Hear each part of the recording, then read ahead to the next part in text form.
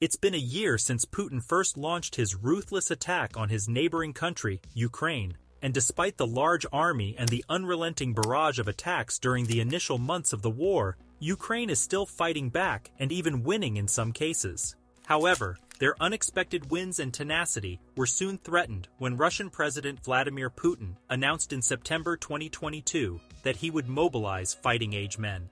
This announcement never came to reality. Contrary to what we expected, the borders remained open and a second mobilization never occurred, leaving the country in a state of partial mobilization. So what exactly is going on? Is this a form of psychological warfare, or is something fundamentally wrong on the Russian front? Today we'll be talking about why Putin has not launched a total war on Ukraine and how that might change the tides of the war itself.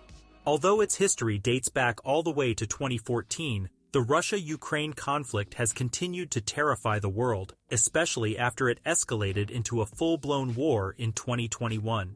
The conflict finds its roots in Ukraine's decision to move towards greater political and economic integration with Europe, which was seen as a threat by Russia, a country that sought to maintain its sphere of influence in the region.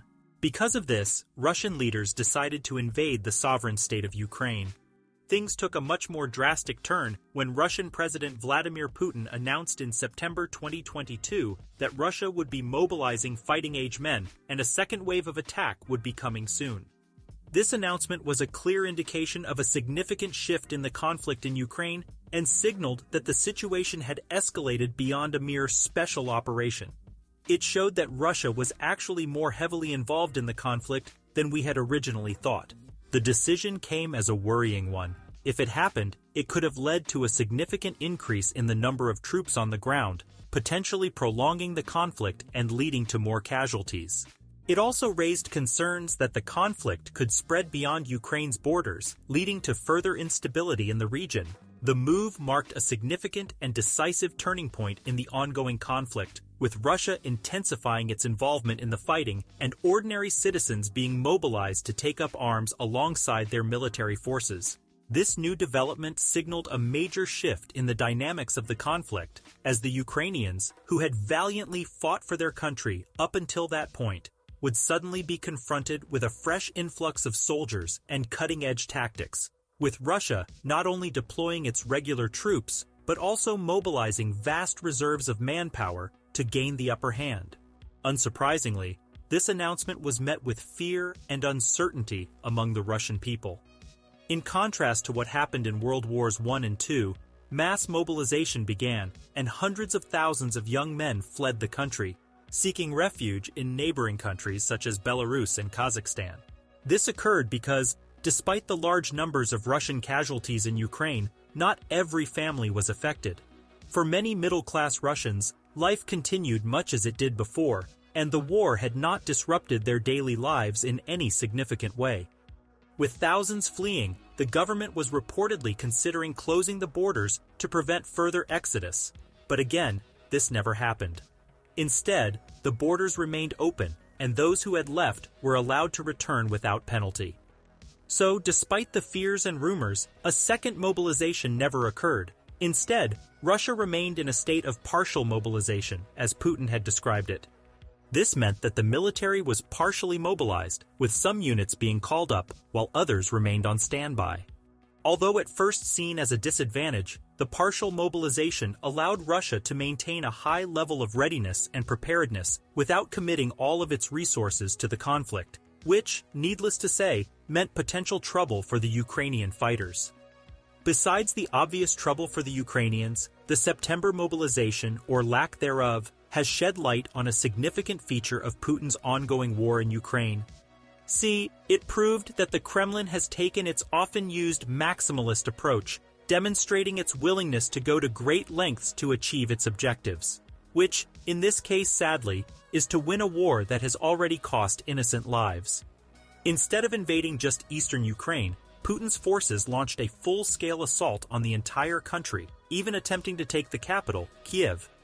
This attack gave the impression of a full-scale attack as the Russian military deployed tanks, missiles, and heavy artillery, and Putin repeatedly threatened to use nuclear weapons. Despite the high costs of the war, including tens of thousands of Russian casualties, Putin has appeared willing to continue the conflict. This stance has sparked outrage among the Russian public, with many questioning the government's priorities. At home, the Russian government has responded to the war by imposing extreme measures to clamp down on dissent and control the media. The country's economy has been put on a war footing, further exacerbating tensions and stoking fears of prolonged conflict. The surprising reality of the September mobilization also managed to reveal that the Kremlin's approach to the war in Ukraine is not as straightforward as it might have seemed in the beginning.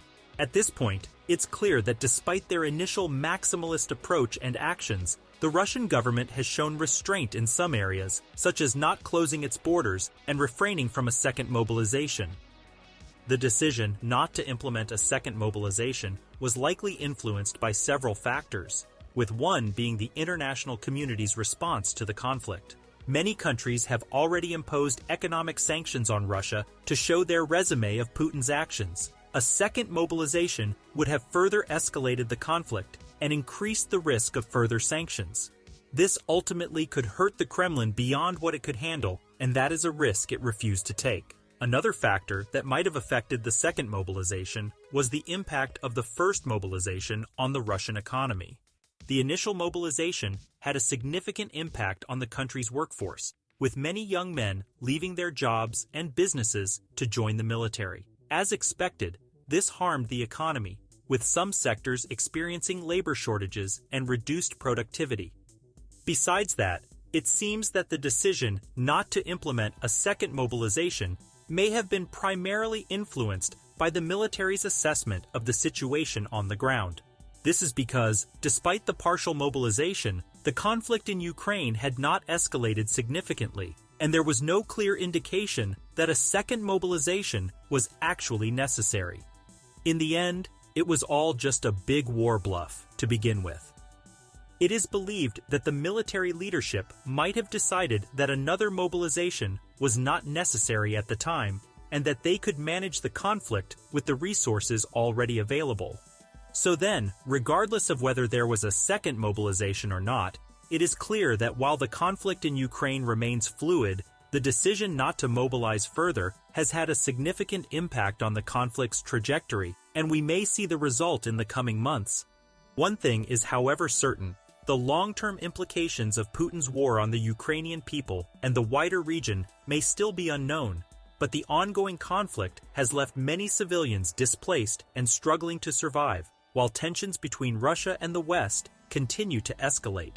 With the current state of the war unknown and the future just as unpredictable, it's safe to say the entire region now rests on Russia's next move. At the moment, all we can do is hope for the best as the war continues to have adverse effects on the Ukrainians and the Russians. At the moment, we are watching history unfold in this region, and the lack of a second mobilization will be recorded as a win for the people of the region, as it saves not only the lives of the countless Ukrainians who have abandoned their lives behind and taken up arms to defend their country in passionate glory, but also the lives of the everyday Russian men whose lives will be catapulted into jeopardy and struggle as they fight in a war they have no interest in. The world has been able to rest a little easier the past few months as the second mobilization seems more and more like a bluff than a threat. But knowing the Kremlin, we should all sleep with one eye open. They do not give up, and they do not surrender, so even the tiniest of bluffs must be monitored if a peaceful solution is to ever emerge from this conflict. But what do you think? Is the second mobilization just a threat or a sign of a far more devastating impending doom? Let us know in the comments below, and don't forget to like and subscribe if you liked the video. And while you're at it, why not watch this video on how China might be manipulating Russia into doing their bidding? The truth will truly shock you. Until next time, bye.